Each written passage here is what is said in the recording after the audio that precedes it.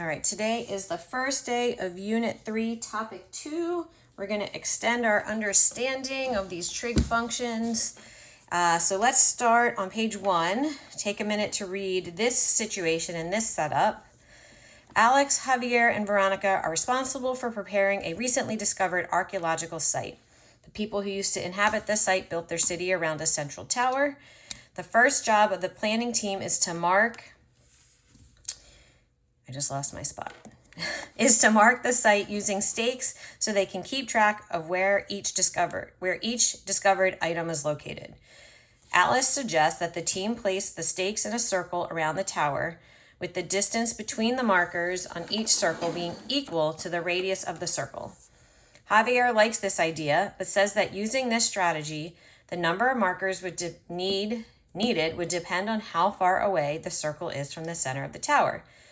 So take a minute and think, do you agree or disagree with Javier's statement? So let's try it.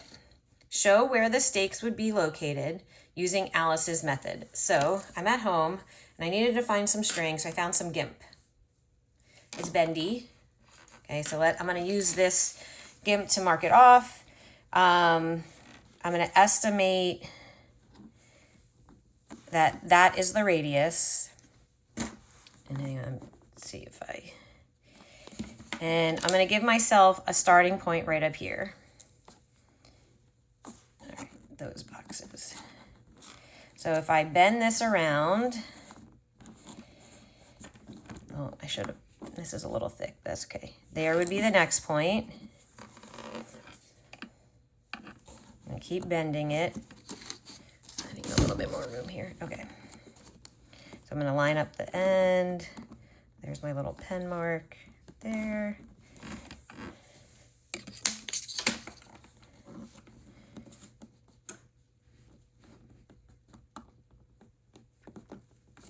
About there. So you could estimate this with your fingers. If you have any string or, even the cords of some headphones there.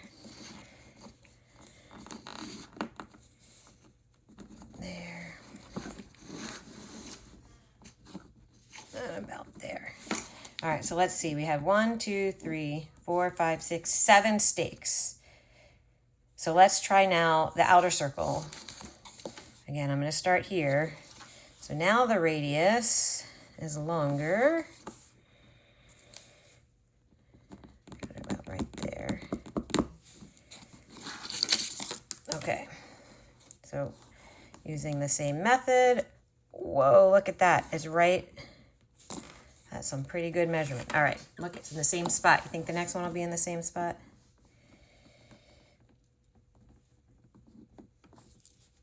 All right, about there.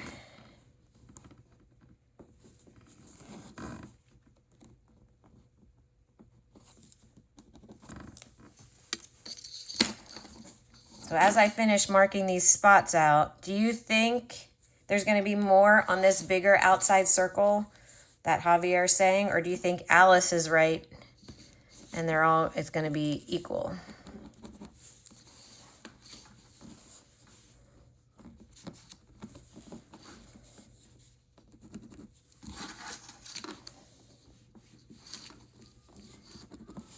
All right, let's count. 1, 2, 3, 4, 5, 6, 7.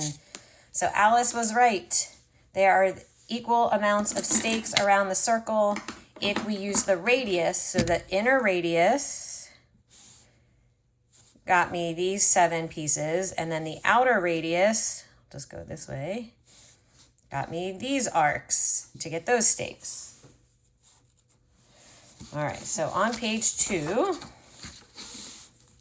after looking at the model, now Veronica says they need to have more than those 7 stakes to get specific locations of the artifacts.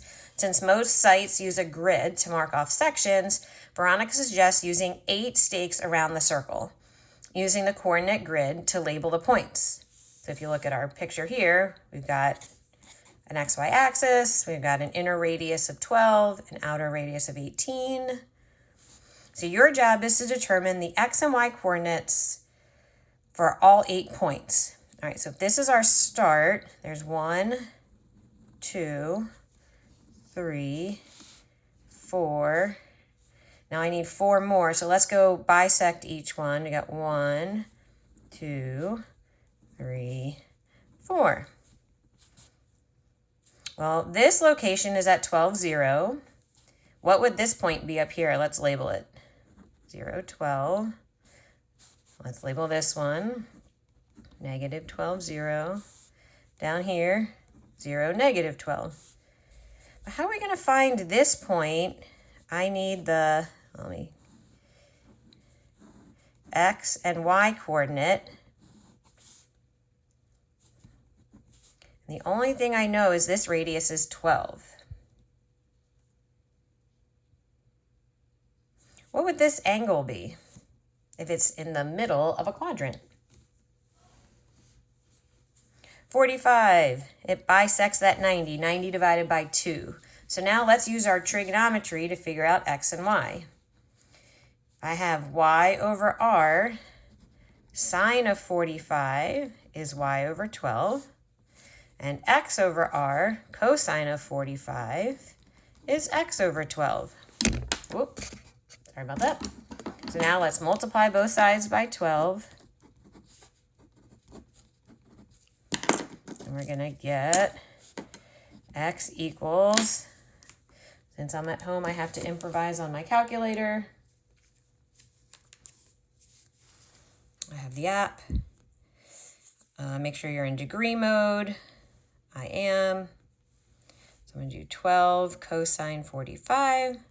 12 sine 45. And they are both equal. Let's do 8.5 as our values. So this is the point 8.5, 8.5. So then if I go over here,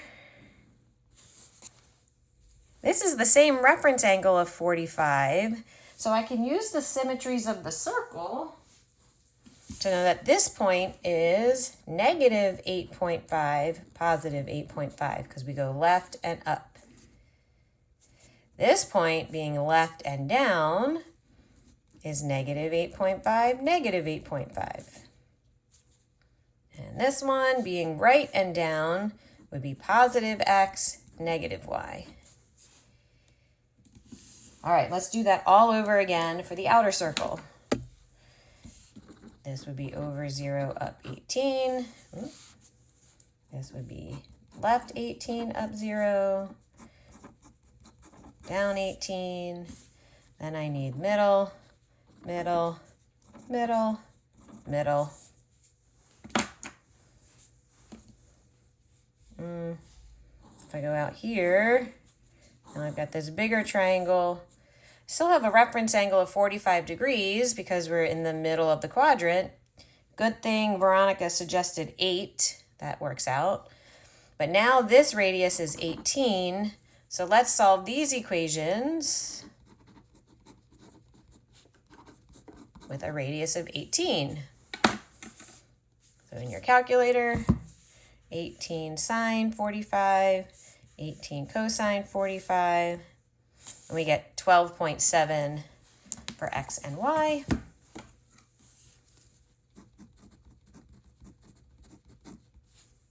So this point is left 12.7, up 12.7, so negative x, positive y. Down here, x and y are both negative. Over here, positive x, negative y. Okay, so we're going to use all of this information. If you look at page 3 Javier suggests, let's keep going with the story. Javier suggests that we record the location of each stake and the distance around the circle, and we're going to organize it nicely on this table. So what we've got, we're going to call this stake, this is the original stake, stake 1. What does he say? No. All right. So stake 1 was at 12, 0. Stake 2 was at the inside 8.5, 8.5.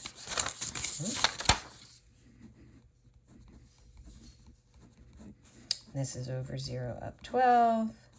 This is left. So you can flip back the page if you want to look at how we labeled all those points. This is left. This is both negative. This is over 0 down. And then positive, negative. All right, let's do the outer circle. I'm going to do these quadrantal ones first.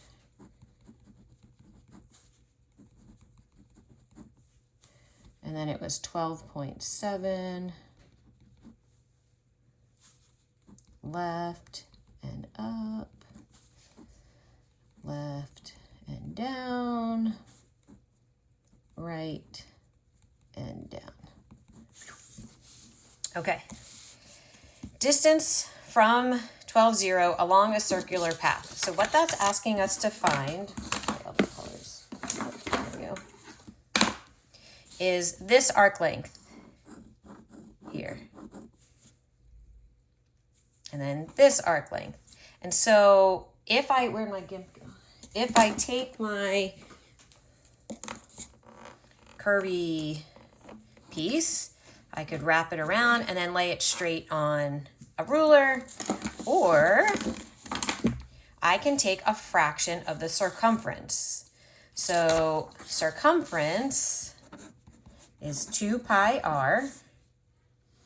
In this case, the r is 12, so that's 2 pi times, oh no, okay, oops, 2 pi times 12, so the circumference is 24 pi.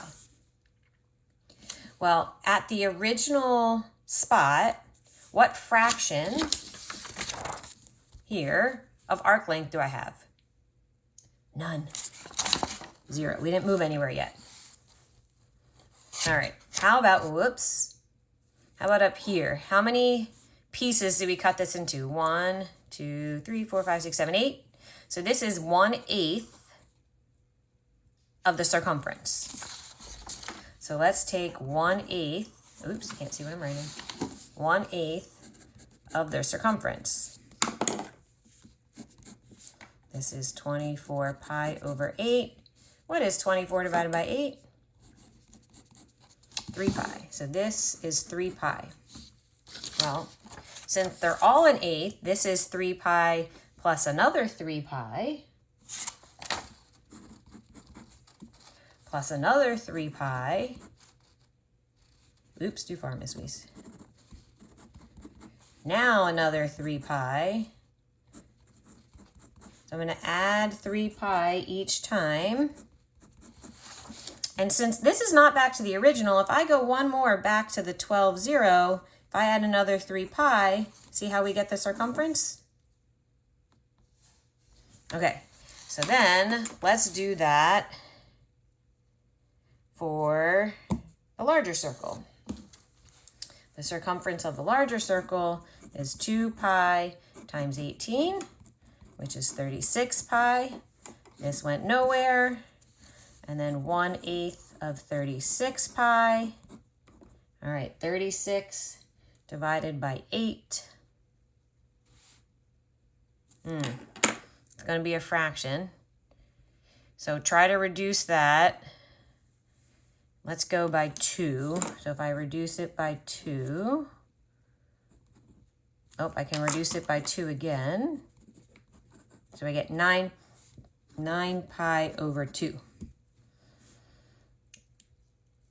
All right, what if I do 1/4 of the 36? What's 36 divided by 4? Oh, that would be 9 pi. All right, let's just do the quadrantals. Every quadrantal would be 9 pi. So then this is 18 pi. And then this is 27 pi. And then if I go all the way back to the original stake here at 18, 0, well, 27 plus 9 more gets us 36 pi, back to the original full circumference. Okay. Ratio, which means division, of the arc length to the radius. So this one had a radius of 12. So what is 0 divided by 12? What is 3 pi divided by 12? What is 6 pi divided by 12? And I'm just going to reduce the fractions as I go. 9 pi over 12. These both divide by 3. 12 pi over 12. 15 pi over 12. These both divide by 3. 18 pi over 12. These both divide by 6. 21 pi over 12. Those both divide by 3. And then 24 pi divided by 12 is 2 pi. Since we didn't write all these out over here, let's do the quadrantal ones. This one's 0 divided by 18. 9 pi divided by 18. 18 pi divided by 18. 27, pi divided by 18. These both divide by 9. And 36 pi divided by 18. All right, now what do you notice? What do you wonder? What can you see? Any patterns here? All right, look at this. At all the quadrantals, the ratios reduced to the same. Do you think that would have also happened here? Let me just show you the work for that one, because why not? So I've got 9 pi over 2, all divided by 18 over 1. So dividing by a fraction is the same thing as multiplying by the reciprocal of the denominator. So I reciprocal the 18. And then let's reduce where I can. 9 goes into 18. And we're left with 1 pi, and then 2 times 2 is pi over 4. It worked. So let's summarize at the bottom. Let's see, I got a little bit of space left. Whoop. Sorry about that. Okay. For equal angle measures,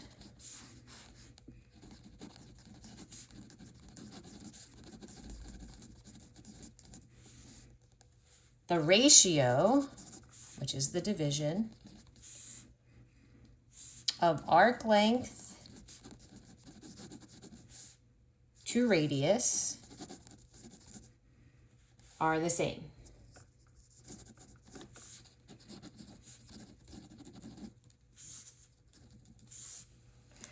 So what we just defined here is a new type of measurement for an angle called a radian. Radians are developed by taking division of the arc length over the radius. So, for example, 0 degrees, which is where stake 1 was, think about our initial ray, is 0 radians. Well, up here at the top, this quadrantal is 90 degrees. Well, no matter which circle, 90 degrees reduces to pi over 2 radians. At the left, that's 180 degrees. They both equal pi radians. So just like with temperature, we have Fahrenheit and Celsius. With angles now, we've got degrees and radians. And that's why in your calculator, there's a radian mode and a degree mode. Oh, okay. So let's work on converting radians and degrees. Pi radians is equal to 180 degrees. This is going to be our unit of conversion. That's a definition. We saw that over there with our two 12 and 18 radius circles. So 180 degrees is pi radians. Now what about 70 degrees? So let's write a proportion. If pi radians is to 180 degrees, then some amount of radians is to 70 degrees. So let's solve this. I'm going to multiply both sides by 70. And 70 over 180, well, that can just reduce to 7 pi over 18 because the 10s divide, and we're left with 7 pi over 18. All right, let's try 36 degrees. Let's make a proportion. Pi radians is to 180 degrees as some amount of radians is to 36 degrees. Solve it. So let's see, 36 and 180 can reduce. Let's do that in pieces. So let's see, if I divide both by 2, that would be 18 and that would be 90. These both divide by 9, so that would be 2 and that would be 10. Oh, 2 and 10 reduce by 2, so I'm left with 1 pi over 5.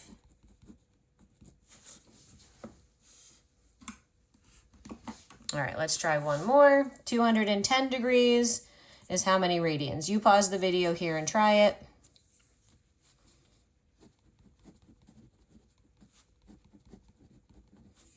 I set up my proportion, multiply both sides by 210. So I'm left with, well, when I divide the 10s, that's 21 pi over 18. These both divide by 3. No, they don't. Yes, they do. So 21 divided by 3 is 7. 18 divided by 3 is 6. So 210 degrees is 7 pi over 6 radians. All right, let's go the other way. Now we've got radians to degrees. If I have pi radians to 180 degrees is x radians, oh, come on, Miss Weiss. Pi over 2 radians to x degrees. I really don't like that the variable's on the bottom, so let me reciprocal my proportion.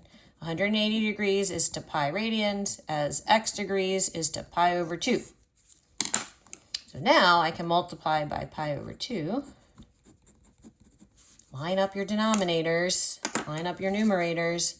Pi divided by pi, 180 divided by 2 is 90. So when I'm given radians and want to go to degrees, I want degrees to be my numerator. It just makes the algebra a little easier to solve. So let's do this again. 180 degrees to pi radians is how many degrees to 3 pi over 4? I'm going to multiply both sides by 3 pi over 4. The pi's divide. Let's see, what can I reduce here? 180 and 4 can reduce by, let's go by 2. Oh, look at that, they can reduce again. So I'm left with 45 times 3.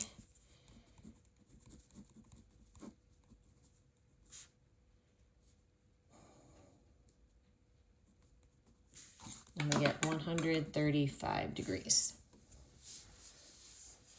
All right, let's try the last two.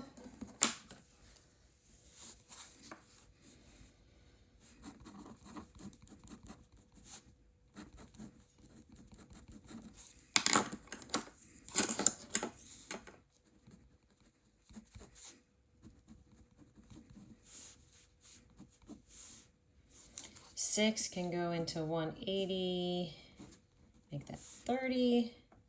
So 30 times 5 is 150 degrees. All right, last one. 180 degrees is to pi radians as, I don't know how many degrees, is 4 pi over 3.